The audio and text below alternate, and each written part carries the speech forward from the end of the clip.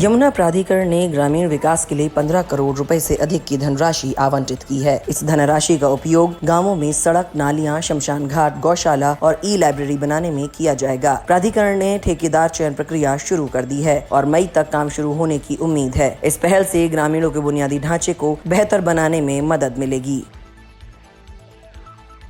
गौतम बुद्ध नगर commissionerate police अपराधियों पर लगाम लगाने के साथ ही पीड़ितों को तत्काल मदद पहुंचाने में सक्रिय है। डायल 112 की टीम ने त्योहारों के दौरान भीड़ भाड़ वाले इलाकों में भी त्वरित कार्रवाई करते हुए औसतन 3 मिनट 37 सेकंड में पीड़ितों तक पहुंचकर मदद पहुंचाई। अप्रैल माह में पुलिस कमिश्नरेट पूरे प्रदेश में दूसरे नंबर पर रही। वर्ल्ड ट्रेड टावर सेक्टर 16 में नोएडा में आयोजित फायर मॉक ड्रिल में व्यक्तियों और संगठनों को आग की आपात स्थिति के लिए तैयार रहने के लिए प्रशिक्षित किया गया। इस अभ्यास का उद्देश्य इन हाउस टीम का आत्मविश्वास बढ़ाना था। प्रतिभागियों ने निकासी प्रक्रियाओं, अग्नि सुरक्षा उपकरणों के उपयोग और तुरंत प्रतिक्रिया करने के तरीकों को समझा। नोएडा के फोर्टिस अस्पताल में रेडियोलॉजिस्ट असिस्टेंट संजीव कुमार की संदिग्ध परिस्थितियों में मौत हो गई। उनका शव अस्पताल के शौचालय में मिला। परिजनों ने हत्या की आशंका जताई है और मामले की गहन जांच की मांग की है। पुलिस ने शव को पोस्टमार्टम के लिए भेज दिया है और मामले की जांच कर रही है। ग्रेटर नोएडा पुलिस ने कासना थाना क्षेत्र में रंगदारी मांगने वाले एक गिरोह का भंडाफोड़ किया है। पुलिस ने 3 आरोपियों सौरभ, ऋषभ भाटी और सलमान को गिरफ्तार किया है, जिनके पास से हथियार और एक मोटरसाइकिल बरामद की गई है। यह गिरोह स्क्रैप डीलरों से रंगदारी मांगता था और विरोध करने पर जान से मारने की धमकी देता था। ग्रेटर नोएडा में सर्किल रेट में बढ़ोतरी इसी सप्ताह लागू होने की संभावना है, जिसकी प्रक्रिया अंतिम चरण में है। ऊंची इमारतों वाली सोसाइटियों में 20% तक बढ़ोतरी होगी, जबकि मेट्रो लाइन के पास स्थित सोसाइटियों को अतिरिक्त लोकेशन चार्ज देना होगा। रिहायशी और व्यावसायिक भूखंडों के सर्किल रेट में भी 10% की बढ़ोतरी होने जा रही है। थाना दनकौर क्षेत्र के दादूपुर गांव के जंगल में सुबह करीब 10 बजे भीषण आग लग गई। अचानक लगी इस आग से करीब 6 किसानों की 20 बीघा फसल जलकर राख हो गई। ग्रामीणों ने आग बुझाने का काफी प्रयास किया, लेकिन सफल नहीं हो पाए। बाद में स्थानीय लोगों ने फायर ब्रिगेड को भी सूचना दी, लेकिन तब तक उनका भारी नुकसान हो चुका था।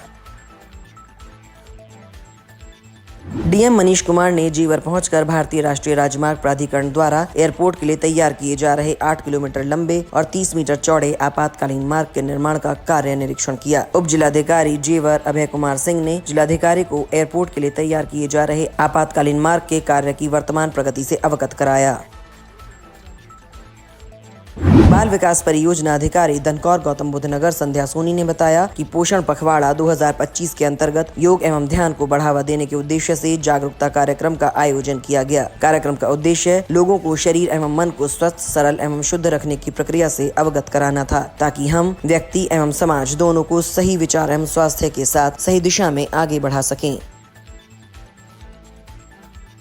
ट्रैक्टर और उसके स्पेयर पार्ट्स बनाने वाली एक विदेशी कंपनी यमुना प्राधिकरण क्षेत्र में निवेश करेगी। कंपनी ने ईडा से करीब 300 एकड़ जमीन मांगी है, जिसमें 7,000 करोड़ का निवेश होगा। इससे बड़े पैमाने पर रोजगार के अवसर पैदा होंगे। यह निवेश 2 चरणों में होगा और कंपनी को FDI नीति के तहत जमीन आवंटित की जाएगी।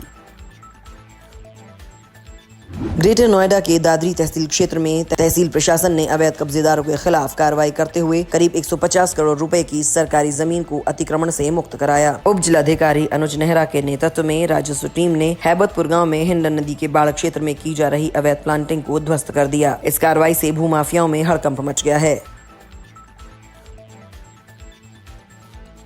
यमुना प्राधिकरण ने किसानों को 7% आबादी भूखंड देने के नियम में बदलाव किया है। अब किसानों को जमीन बेचते ही आरक्षण पत्र मिल जाएगा, जिससे आवंटन प्रक्रिया में तेजी आएगी। 3 महीने में आवंटन पत्र जारी हो जाएगा और 1 साल में भूखंड का विकास हो जाएगा। इस नई नीति से हजारों किसानों को लाभ मिलेगा और अधिकारियों की जवाबदेही तय होगी।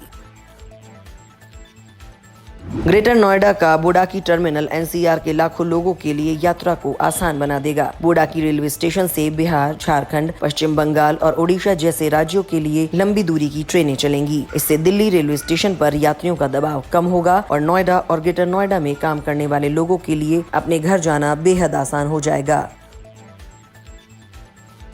डसॉल्ट एविएशन राफेल और मिराज 2000 जैसे लड़ाकू विमानों के रखरखाव के लिए जीवन में MRO स्थापित करेगी। कंपनी नोएडा एयरपोर्ट के पास एक स्किल यूनिवर्सिटी भी खोलेगी। इसमें 10वीं और 12वीं के अलावा 3 साल का पॉलिटेक्निक डिप्लोमा और एयरक्राफ्ट मेंटेनेंस में ग्रेजुएट कोर्स भी होगा। इस प्रोजेक्ट से स्थानीय अर्थव्यवस्था को बढ़ावा मिलेगा और रोजगार के अवसर बढ़ेंगे।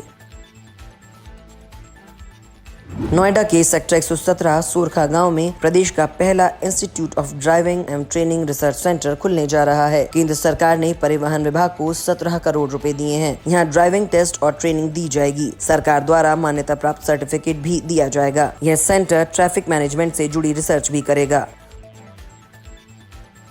ग्रेटर नोएडा के सूरजपुर में बाराही मेला सांस्कृतिक चेतना का प्रतीक बन गया है। गांवों की मिट्टी से जुड़ी ऐतिहासिक वस्तुओं की प्रदर्शनी के साथ लोकगीत और नृत्य लोगों को अपनी जड़ों से जोड़ रहे हैं। बड़ी बड़ी खाटें, हुक्के, बैलगाड़ी जैसी दुर्लभ वस्तुएं ग्रामीण जीवन की आत्मा को जीवंत बनाए हुए हैं, जो आगंतुकों के लिए आकर्षण का केंद्र है।